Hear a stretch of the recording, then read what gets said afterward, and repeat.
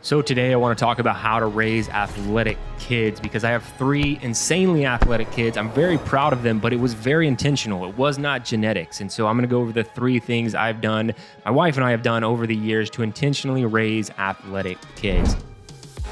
So I do have 3 kids. I have a 7-year-old, 11-year-old, and 13-year-old. And in their respective sports, they are great athletes. My 13-year-old runs track and also does tackle football. Great speed, great hands, great dude all around. My 11-year-old is an insane athlete, route running, fast, soccer, tackle football, everything. And then my 7-year-old daughter is in competitive dance, and she does some of the most amazing things that I've ever seen. And she's also incredibly strong. Now, I could just be a proud father who wanted to do a random episode about this, but I also think it goes in line with how you are going about tackling motivation in general. And so there are 3 big things that I do with my kids. The first one is over the last 13 years that I've been a dad, I have just normalized fitness. Okay, normalized fitness. It is not something, I don't go to a gym. I have a garage gym. I've had a home gym for longer than my children have been alive, and it is the most normal thing for them. And I want it to be normal. I want them to go to a friend's house, and if their friend's dad does not have a garage gym, I want them to be confused about that. Where's your gym? I want them to ask that question to their friends. Where's the gym? Where's your gym?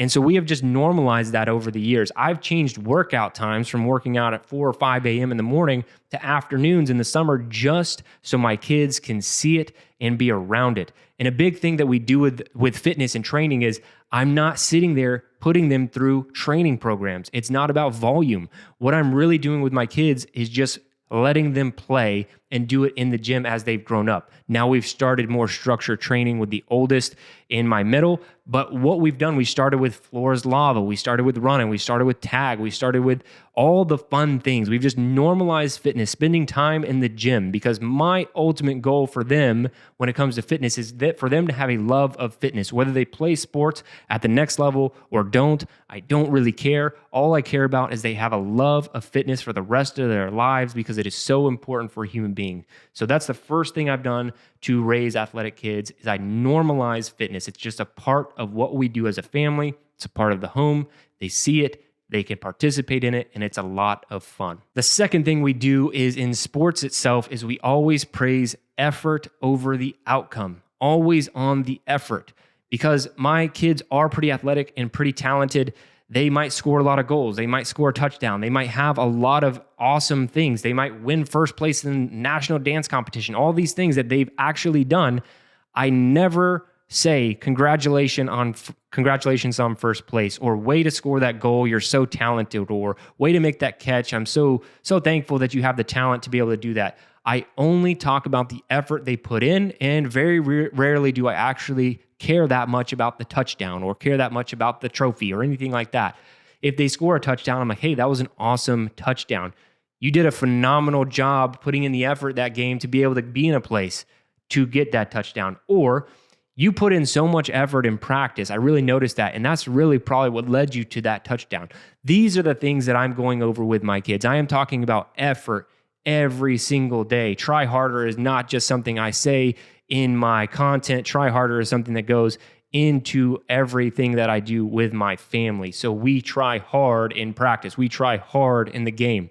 Whether or not we score doesn't really matter. Whether or not we have the big play doesn't really matter. But the funny thing is, those things start to happen when we focus on the effort that they need to put in. And it can be hard to not get caught up in the outcome. But I don't want to pay for touchdowns. I don't want to pay for any of these other things. I want them to know their effort does not go unnoticed, and it's the most important thing that they can do. And then the last thing is I let them choose. I see parents doing this left and right. I played baseball, my son's going to play baseball. I played football, my son's going to play football. And then it gets worse because maybe their son or daughter really likes the sport or activity, and now parents just start to pile it on. They're like, okay, 5 practices a week, 6 practices a week, 2 practices a day, morning training sessions, agility speed session in the afternoon, and then another session in the evening, because they want their kid to go to that next level that they never participated in for some arbitrary reason. I don't do that. I let them choose. But this comes with a lot of conversation, helping them understand what their choices are. So let them choose their activity. What do you want to do? What's your favorite thing right now? And this jumping around can actually help them develop as athletes. A lot of people get too dialed in too early on, and I think that that's a huge problem. Let your kid choose. Don't lead them to burnout. I've actually been to that point accidentally with my middle child when he was playing a lot of soccer on a club team. He ended up on 2 teams, or really 2 different leagues, and we were having to train or go to practices 4 or 5 times a week, and then we'd have 2 to 4 games every single weekend. And it started off as fun. I'm there to support him, but ultimately he wasn't having fun anymore by the end of the season. He was completely burned out. He didn't want to drive to these games, to go to these tournaments. And I could have been like, no, just force yourself. Just do it. This is what it takes to be great. But he was 10 years old at the time. Like, why am I going to do that? I let him choose. Like, hey, do we need to go down? Do we need to try a different sport? Do I need to talk to your coach? Because I'm noticing what he enjoys and doesn't enjoy. Going back to that lifelong love of fitness, that's my only goal. Playing at the next level, that's not the goal for me, even though they actually have that potential right now. It's not what matters to me. I can't tell you how many times in the military I saw guys who were insanely fit when we were active duty together. I mean, they could run 5-minute miles. They were just, these human beings are insane, the things they could do. 100 push-ups in a minute. It was just crazy stuff. But they were forced so much and so hard by drill sergeants, whatever else. After they get out, they don't ever want to run again. They don't ever want to do fitness again. They don't ever want to do anything that has to do with that realm of the world ever again. I've seen that happen over and over with guys getting off active duty military. I've seen it with kids who get to the D1 level and they no longer want to play the sport. They're just burnt out. They want to live life. They no longer want to do the thing that they thought that they want to do that entire time. And that's not my goal. Again, my goal is lifelong love of fitness. Whether or not you play sports at the next level is irrelevant. But what's funny is when you do all of these things, you start to build really athletic kids. We were just in the gym last night, as I built a new gym recently, and my kids were just sitting around playing. My oldest son wanted to hit up some bench press because we're just chilling in the gym, hanging out. So he just goes over there. He does some bench press reps. No program. I'm not pushing him to go to muscle failure. He's just knocking it out. His brother saw him doing it. His brother joined. He starts doing some bench press.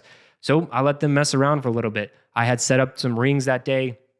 My daughter starts doing all sorts of different crazy stuff on the rings. Just because I set them up and put them in place, she's just doing them. I'm just sitting in the background watching them enjoy. They are doing something that they've selected to do. They're autonomous in that selection. They are getting better at something, so they have that competence, and we're all doing it together. It's something that we do as a family, which goes perfectly in line with the self-determination theory, which I think is huge. So if you want to raise athletic kids, it's not all that difficult, but you are going to have to try harder.